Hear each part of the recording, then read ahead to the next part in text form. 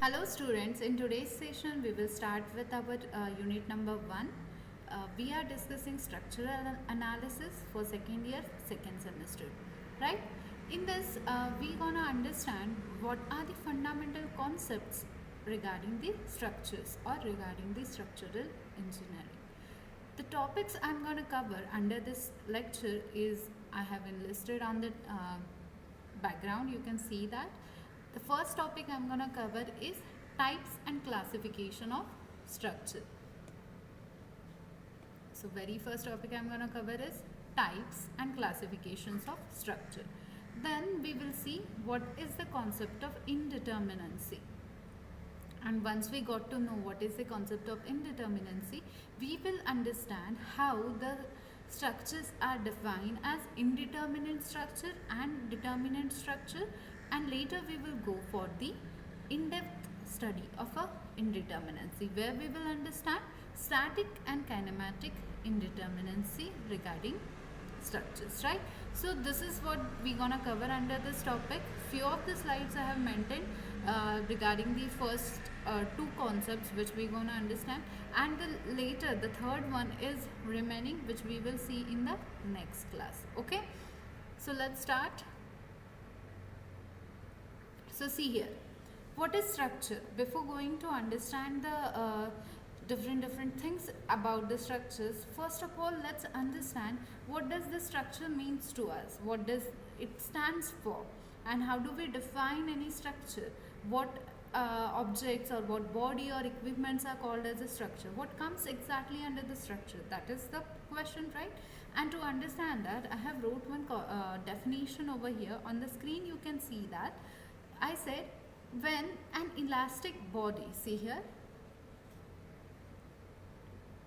when an elastic body is subjected to a system of loads and deformation takes place and the resistance is set up against the deformation, then the elastic body is known as a structure.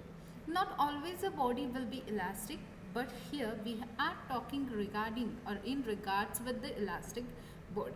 Now what is elastic body? In the MOS subject you have understood, you have gone through the stress strain curve of a stress strain curve of your milestone, in which you have seen curve like this. It is not exactly how you see, but I have giving here example. So in this curve, the earlier part of this curve is straight, right? And later it becomes gets into the curve, then you come across a plastic zone. There are many zones on this curve. What I am talking about, what I am referring here as an elastic is the straight line curve over here, straight line over here. Okay, the straight line states that whatever stress develops, in proportion to it, strain is developing. What I said, whatever stress is developed, in proportion to that your strain is developed over here. So stress is directly proportional to strength. Okay, or we can say vice versa, strain is directly proportional to stress.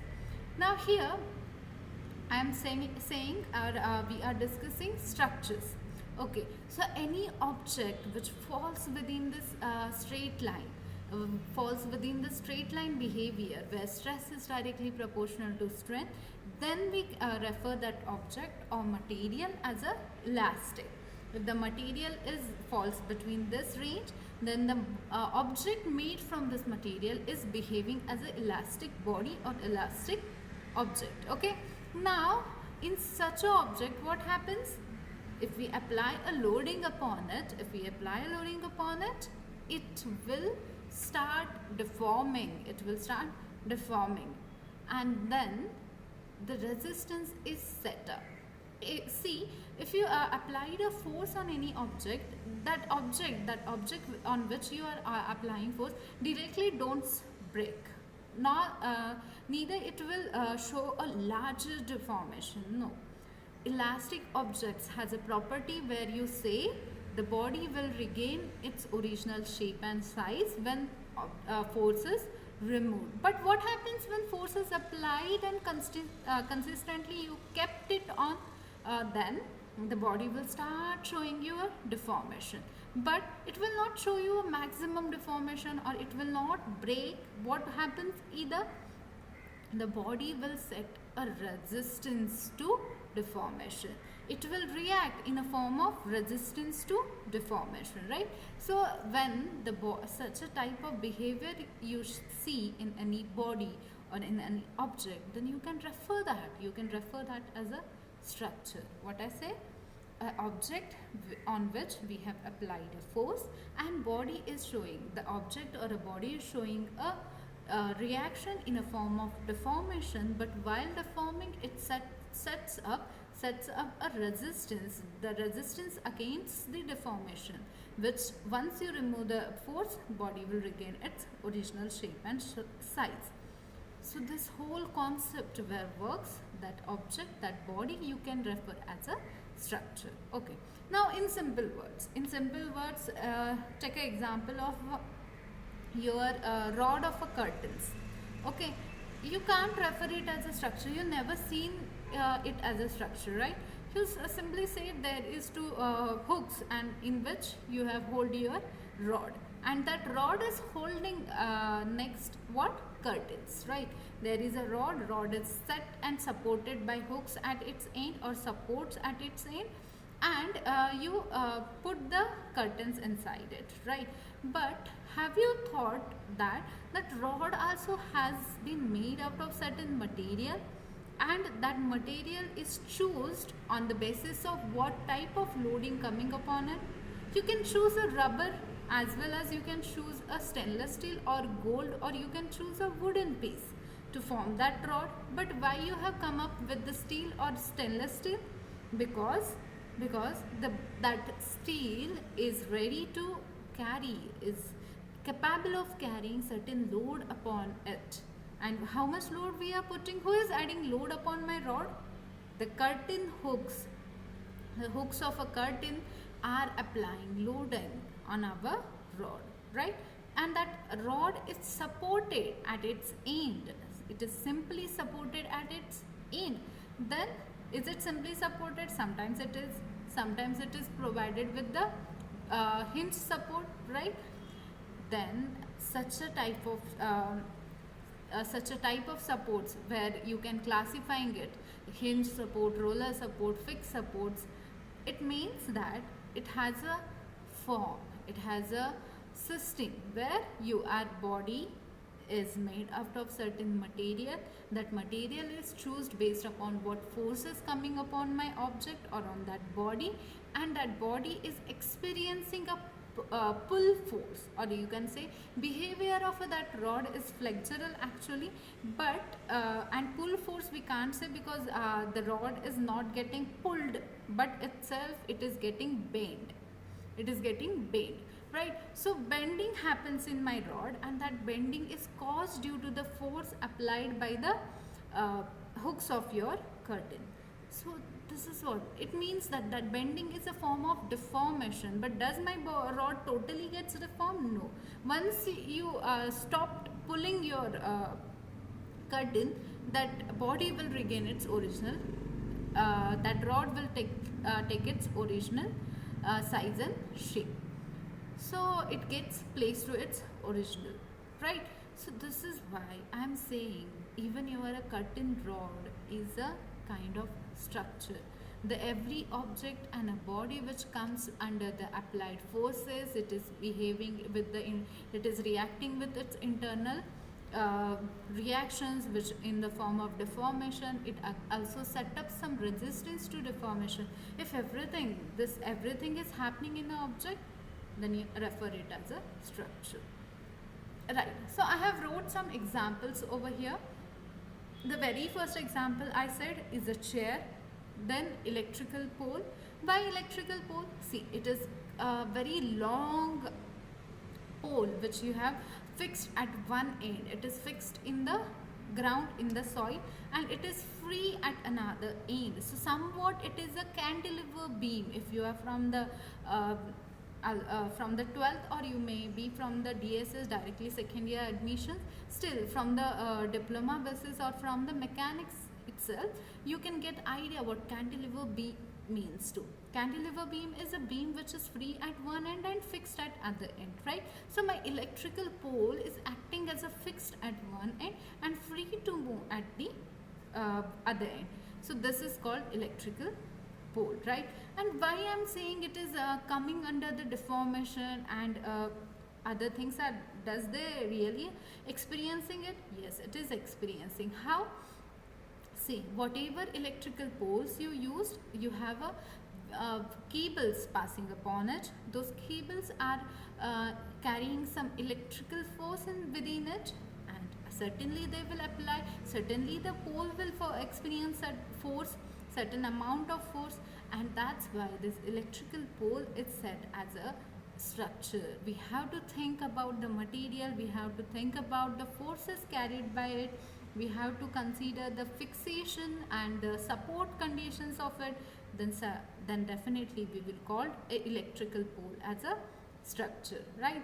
Then next I have wrote multi-story building. You can see here multi-story buildings, right? In the multi-story buildings you can refer as the 4-story buildings. It is also comes under the multi-story. Okay, so multi-story buildings, many of you get into your mind that the very high-rise structures. High-rise structures are different. Multi-story is the more than 1-story structure, right? So multi-story buildings, then dams, then shells, and your bridges. Shells means what? Shells are the you have number of examples. Shells is a kind of a roof which you used. If you want to get down into details, you can right now I will not get into details, but if you want, for your curiosity, you can search it on. Okay, now bridges, dams, these are the various examples where you can refer it as a structure. How you are classifying it as a structure? You have a basis for it, right? Now we are coming to the next point where I am saying applied mechanics. What is applied mechanics and what is strength of material, what is structural analysis and structural design.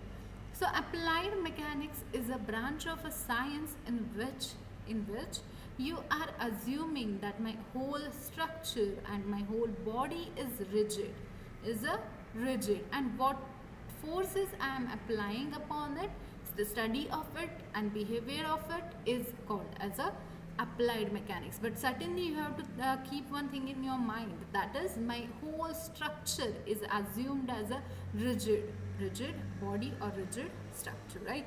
Whereas in the strength of material, you are working upon, you are trying to understand the material behavior.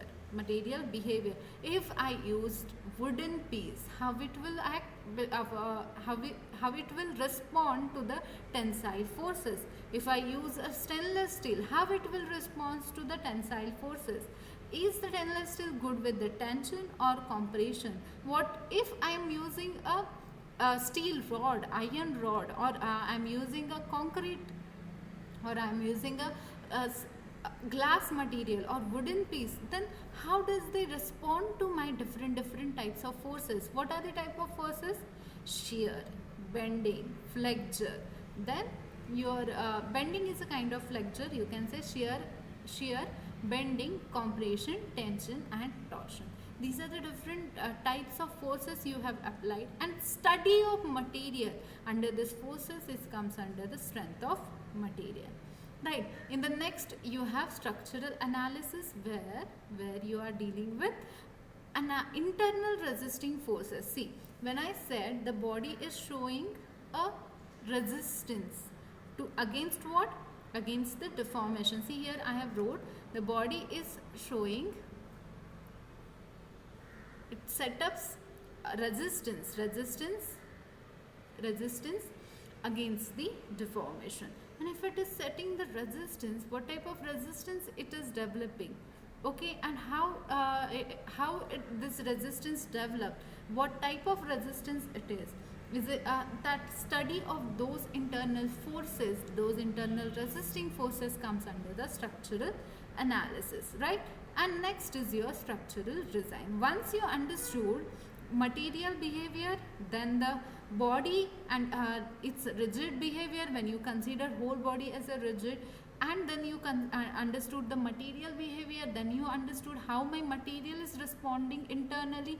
Then once you understood, once you analyzed all about this, you come down to the structural designing, where you decide what amount of material you want. Basically I will say here what amount of material you want. But instead, if you ask me what structural designing means, choosing the correct dimensions, choosing the appropriate dimensions of my members. If I'm using RCC structure, I'm designing RCC structure, then I will choose what type of beam I want. Do I need to place a circular beam, or I will choose a rectangular or a square? What square, if I choose a square, what dimensions of a square I am choosing here, what will be a length, what will be a breadth, choosing that, and checking over the applying load, checking up once after the applying load, that all things comes under the structural designing. So these are the different branches which we have understood, and we understood what is structure, right? In the next yes, now we will go to the next slide, where I am giving you a fundamental assumptions used in essay, structural analysis. Every subject, when you go into the MOS subject, you must have seen that MOS subject is based upon certain assumptions, certain fundamental assumptions are provided in every subject.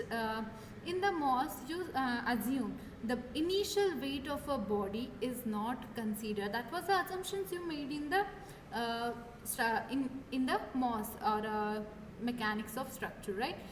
Earlier we used to call it SOM, strength of material. Now it is changed to the MOS, which is mechanics of structure. So if sometimes if I use SOM as a short form, then do not get confused, it is MOS only. Okay, now yes, when we come to MOS, we have done many assumptions in the MOS. Earlier, if you go back to your books and see what the first lecture or first two lectures based upon, they have discussed such a things there, the assumptions which you made in the songs, right? Now we will come rather discussing what assumptions we made in a MOS. We will come back to the topic here. Here we will discuss what are the fundamental assumptions made in a structural analysis. Now see, structure, first assumptions here, okay, we will read it, and what I will do, I will give you a homework to come with the explanation about the statements. Whatever statements I have wrote over here, you understand those statements and try to explain it in your words, okay, and come up with your own explanation. Then we will discuss it in the next class, that what does the statement said here and what does it means actually, right? So think upon it, what does means by, see, first assumption is structure. My first assumption is structure or body is assumed to be elastic. Okay, now elastic, I already gave you information about the elastic behavior of material. You have gone through the stress strain curve of a mild steel, as well as on you have seen I think you have gone through the stress strain curve of concrete as well. Okay, concrete is a brittle material, whereas a stainless steel or a mild steel is a tensile, it showcases a tensile property. So how the curve is varied, that also you have observed, I think. If you not, go and check it out. What is the curve for stress strain curve for concrete when the material is brittle, and what is the stress strain curve of a mild steel? Try to understand the difference between it. Okay, then here, what does mean by a structure or body is assumed to be elastic? You know what is elastic. Body will regain its original shape and size once after the removal of force. If I applied a force, body will showcase a deformation, but once you remove, it will come back to its original shape and size. But what is the use, and why we are saying that my whole structure is elastic, that you have to think about. Next is body is homogeneous and isotropic. Now you should underline these two words and get me the meaning of it. What does mean by homogeneous? What does mean by isotropic? You will get the idea about it once you Google it or go use a reference book. Try to find it. What does means by homogeneous and what does isotropic stands over here? It is about the you can say it is a internal behavior of your object. If I am saying this is my object or it is made out of a concrete, then how the molecules are behaving here? Are they behaving homogeneous? Are they behaving as a isotropic? That you have to understand. But what does that mean? That you have to find. Okay, and no issue if you don't understand. In the next class, I am there to make you understand this. Right. Next is body is assumed to be solid and continuous structure. Okay. So here you must understand what do you mean by continuous structure, right? And the last one is a principle of superposition is valid. Principle of superposition is valid. What does mean by principle of superposition, and why it is need to be valid if we going for the analysis? Then why the principle of superposition need to be valid? That's how you think about it. Okay, try to get the idea about it. Try to get read some articles or papers or reference books on it. If you don't understand, in the next class I will give you explanation, brief explanation about it. And today I will stop here. Thank you so much.